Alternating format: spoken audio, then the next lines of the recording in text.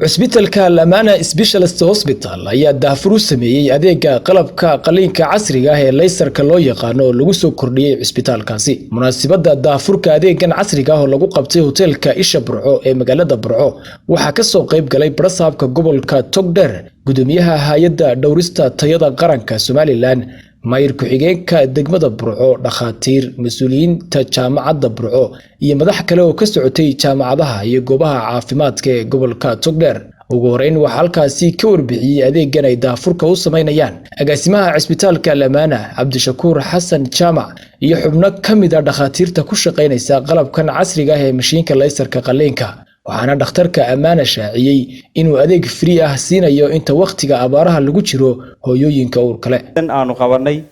oo ujeedkeedu ahaa inaanu ku shaacino ku iba furo ku daah qaadno adeeg cusub oo runtii cusbitaalka Amana uu nasiib u yeeshay inuu noqdo cusbitaalkii koobaad ee gobolka Togdheer ka hirgeliya adeegan aan soo kordhinay caawa daah furayno ee adeega qaliinka laserka ama laparoscopic surgery. waxa weeyaan waa adeeg aan ugu talagalay inaanu ku qabanno dhammaan qaliinada abdominalka ama general surgery-ga iyo gynecology-ga labadaba, sida appendectomy-ga ama qabsinka, sida maxaa la yiraahdaa hernia-da ama maxaa la yiraahdaa bogdilaaca, qanjirka kaadida ragga, gallbladder stones ama waxayaan xameetida qaliinada xameetida, waxa kale oo inta dheer qaliinadii gynecology-ga oo dhammaan waxa weeyaan wixii gynecological operations-ki aan ku fulinayno. waxa inta dheer oo qodobka saddexaad ee uu fududeynayo mashiinka laserka waxa weeyaan inuu fududeeyo in diagnostic lagu gaaro oo diagnostic laparoscopic lagu sameeyo si fiixaha iyo waxyaabaha ka soo baxa uurku jirta baaritaan dheeraada loogu helo. intaas oo waxa weeyaan adeeg ayuu isugu jiraa oo waxa weeyaan qofka maanta marka loo sameeyo qaliinka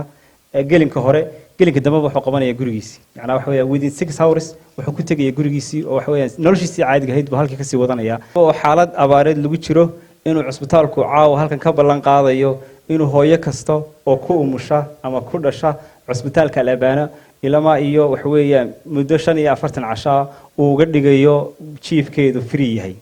iyadoo chief free helaysa haday noqoto waxa weeyaan qolal nadiif ah helaysa ayaanu iyadana halkan ka ballan qaadaynaa.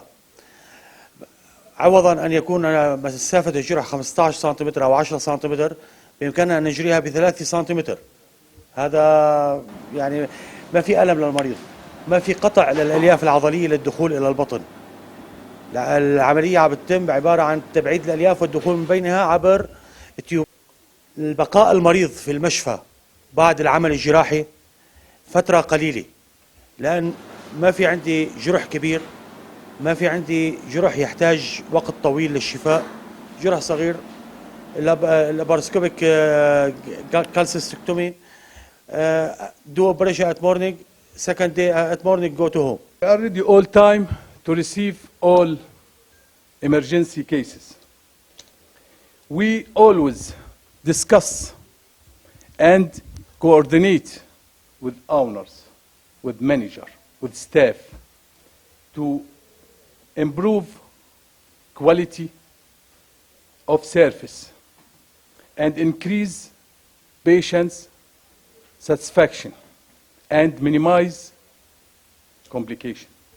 dhanka kale dhakhaatiir ka soo qayb galay madasha aqoon-yahano iyo mas'uuliyiin ay ugu horeeyaan maayir ku-xigeenka degmada Burco Mukhtaar Cabdi Maxamuud, gudoomiyaha hay'adda dhawrista tayada Somaliland Muuse Xasan Xaaji Yuusuf iyo Barasaabka gobolka Togdheer Maxamed Cabdilaahi Ibraahim Nafaqo iyo sidoo kale tababaraha caanka ah ee jaamac Karaacin ayaa bogaadiyay adeegan casriga ah iyo qaybaha kale ee arrimaha bulshada ku saabsan ee cusbitaalku ka shaqeeyo. aad ugu mahadcelinaya nin walba oo ka shaqeeyay iyo tiimka Amana ee keenay programkan maanta laparoscopiga ama laserka oo runtii aad iyo aad loogu baahnaa. qof walba oo gobolka wax ku soo kordhiya wuxuu xaq u leeyahay ama uu waajib inaga inaan ugu mahadnaqno waxa uu soo kordhiyay. safar dheer baa loo gali jiray, waqti badan baa lagu qaadan jiray, family dhan baa guuri jiray markii qof qalliin loo sameynayo. waxaan u hambaliyaynayaa cusbitaalka Lamana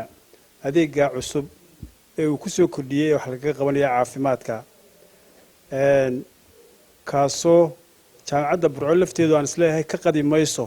waxtarkiisa ardayda kuliyadda caafimaadku si uun baa wanaageedu u soo gaari doonaa dalka Alamaana 3 arrimood baan ku aqaanaa waxaan ku aqaanaa arag wacan waan tagay anigu meesha waa nadaafad iyo adeeg wacan iyo erey wacan saddexaasaan ku aqaanaa lagu soo kordhiyaa deerto laserka ah gobolka runtii wax weyn bay u taraysaa waayo waxay ka caawinaysaa dadka meelaha ama India qaban jireen ama Turkiga qaban jireen waxaan doonayaa fariin diro dadka qurbo joogga jar ka baqayna barcad ugu soo noqdaan ka dhigtay excuse-ka goobo caafimaad wanaagsan ma leh waxbarashada ma leh waynu leenahay malaa'ilaa bayna tusinay dhakhaatiir fiican waynu haysanaa maamulka cisbitaalka Al-Amaana iyo dhammaan mas'uuliyiintiisa iyo dhakhaatiirtiisaba waanu hambalyeynaa fikirka wanaagsan iyo dareenka loo baahnaa ee bulshadu ay tabaysay in badan saadaalinaysay ay maanta ku soo kordhiyeen aad iyo aad baan ugu mahadnaqanaa weyna way tahay inaan ka soo qayb galo daahfurka maantan adeega casriga ah lagu soo kordhiyay sidaan ogsoonahay waxaan u maleynayaa adeegani waa kii saddexaad ee dalka marka laga hadlayo laparoscopic surgery marka halka aynu marayno iyo halkaynu hiigsanayna waxa weeye waa caafimaad hufan oo tayo leh oo run ahaantii bulshadana isbedel weyn u keeno kulli mabaadi'da guud ee loo aasaasay Al-Amaana waxaa ka mid ah in loo horseedo adeeg caafimaad oo tayo leh oo lala shaqeeyo dhammaan adeegyada kale ee jira hadday yihiin mid dawliya iyo hadday yihiin mid private laakiin waxaa markhaatiya adeegyada caafimaad ee kala duwan ee ama public ama private ka ay ka jira gobolka inay aad iyo aad u wanaagsan yihiin jazakumullahu khayran arrin loo baahnaa waqtigiisana ku soo beegmay ayaad ku soo kordhiseen xarunta gobolka Togdheer ee Burco waxaan leenahay aad iyo aad baa u mahadsantihiin sidoo kale waan idinku ammaanaynaa waa idinku dhiirigelinaynaa adeegan cusub oo runtii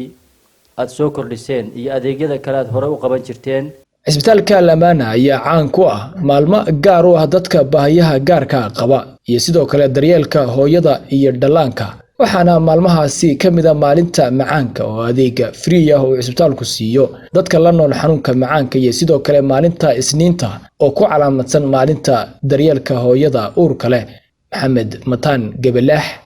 wararka Sahan TV